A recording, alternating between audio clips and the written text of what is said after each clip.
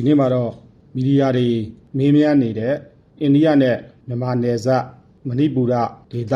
အကြောင်းနဲ့ကဘော်ဆိုင်ဝမ်ကိစ္စပြီးမီဇိုရမ်လွတ်တော်အမတ်တွေပြောကြားတဲ့ကိစ္စနဲ့ပတ်သက်ပြီးပြန်လည်ဖြေကြားသွားမှာဖြစ်ပါတယ်။အိန္ဒိယနိုင်ငံမီဇိုရမ်ပြည်နယ်လွတ်တော်အမတ်ကေဘန်လက်ဗီနာကအိန္ဒိယနဲ့နယ်စပ်ချင်းထိစပ်နေတဲ့မြန်မာနိုင်ငံအနောက်မြောက်ဖက်နေရာဒေသတွေကိုတွားရောက်ခဲ့တယ်ဆိုပြီးတော့ဟိတ်နူသတင်းဝက်ဆိုက်မှာဖော်ပြထားတာတွေ့ရပါတယ်။သူပြောကြားထားချက်ကတော့ကေဗန်လက်ဗီနာကမီဇိုရမ်ပြည်နယ်ကနေမြန်မာနိုင်ငံအတွင်းကိုနယ်စပ်ဖြတ်ကျော်ပြီးတွားရောက်ခဲ့တယ်။အဲ့ဒီခရီးစဉ်နဲ့ပတ်သက်ပြီးမီဇိုရမ်ပြည်နယ်အုပ်ချုပ်ရေးမှူးနဲ့နယ်ခြားစောင့်တပ်ကိုအသိပေးအကြောင်းကြားခဲ့တယ်ဆိုပြီးတော့လည်းဟိတ်နူသတင်းဝက်ဆိုက်ကဖော်ပြထားတာကိုတွေ့ရပါတယ်။ပြီးရင်ကျွန်တော်တို့ဒီ CNF CNA ချင်း PDF ဖွဲ့တွေနဲ့တွေ့ဆုံခဲ့တယ်ဆိုပြီးလည်းပြောကြားထားတာကိုကျွန်တော်တွေ့ရပါတယ်။ဒါအပြင်အိန္ဒိယမြန်မာနယ်စပ်ချင်းနယ်စပ်ဆက်ဆက်တဲ့နေရာပေါ့တမူကဘော်ချိုင်ဝမ်ဒေသနဲ့ပတ်သက်ပြီးလဲအိန္ဒိယ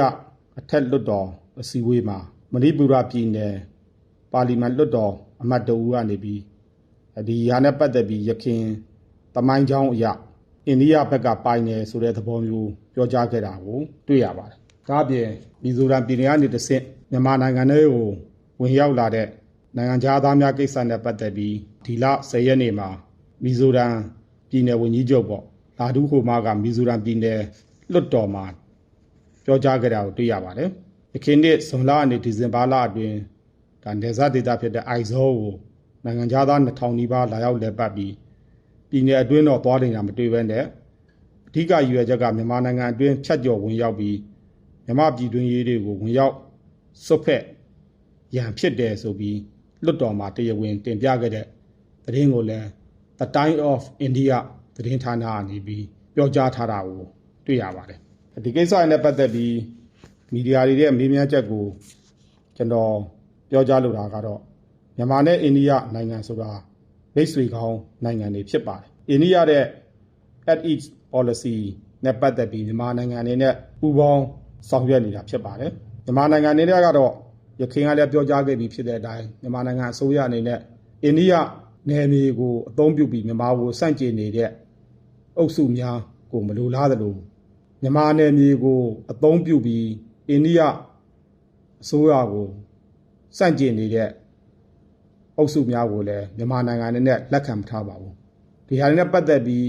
နှစ်နိုင်ငံနယ်စပ်ဒေသလုံခြုံရေးအတွက်နှစ်နိုင်ငံပူးပေါင်းဆောင်ရွက်မှုတွေအများကြီးရှိခဲ့ပါတယ်။အောင်မြင်မှုတွေအများကြီးရှိခဲ့ပါတယ်။ပူးပေါင်းဆောင်ရွက်မှုကိုလည်းလက်တွေ့ပြသပြီးဖြစ်တယ်ဆိုတာအိန္ဒိယနိုင်ငံအစိုးရအနေနဲ့ဒါသိပြီးဖြစ်ပါတယ်မြန်မာနိုင်ငံအနေနဲ့အိန္ဒိယနဲ့အတူပဲရခိုင်ကတိုင်းသဘောတူထားတဲ့ငြိမ်းချမ်းစွာအတူရှင်တွဲနေထိုင်ရေးမူကြီး9ရပ်အတိုင်းပဲနေထိုင်ရရှိပါတယ်မိတ်ဆွေကောင်းပိသစွာ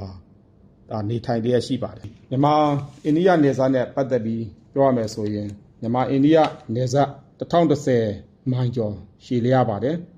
1626ကီလိုမီတာရှိပါတယ်။တိုင်းတာပြီး909မိုင်ကျော်ရှိပါတယ်။ကီလိုမီတာအပြင်1460ကျော်တိုင်းတာပြီးဖြစ်ပါတယ်။အများစုတိုင်းတာပြီးဖြစ်ပါတယ်။ခုပြောဆိုနေတဲ့ကဘော်ချိုင်ဝမ်ဒေသဆိုတာလဲရခိုင်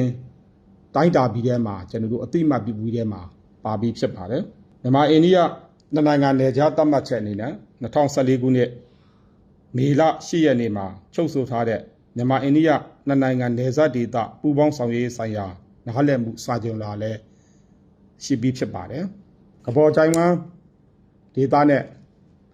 ပတ်သက်ပြီးပြောရမယ်လို့ဆိုလို့ရှိရင်ရခိုင်တော့ကလည်း2013တုန်းကလည်းအိန္ဒိယရဲ့အတိုက်ခံပါတီတစ်ခုဖြစ်တဲ့ BJP ပါတီကဒါတမူကလေးမင်းကင်းမြို့နယ်တွေပါဝင်တဲ့ကဘော်ချိုင်ဝမ်ဒေသကိုပြန်ယူပေးမယ်ဆိုပြီးမဲဆွေတာမျိုးရှိခဲ့တယ်။ဒါတွေကိုလည်းကလေးမြို့မှာရောမင်းကင်းမြို့မှာရောကျွန်တော်တို့ဒေသခံတွေက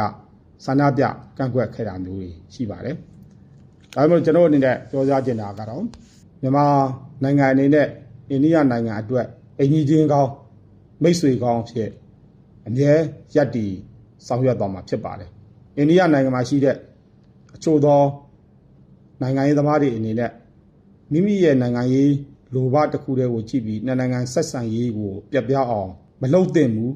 ဆိုတာပြောကြားလိုပါတယ်မြန်မာနိုင်ငံရဲ့အချုပ်အခြာအာဏာနယ်မြေပိုင်ဆိုင်မှုကိုလေးစားသင့်တယ်လို့ပြောကြားလိုပါတယ်ဒီကိစ္စနဲ့ပတ်သက်ပြီးမြန်မာနိုင်ငံတွေနဲ့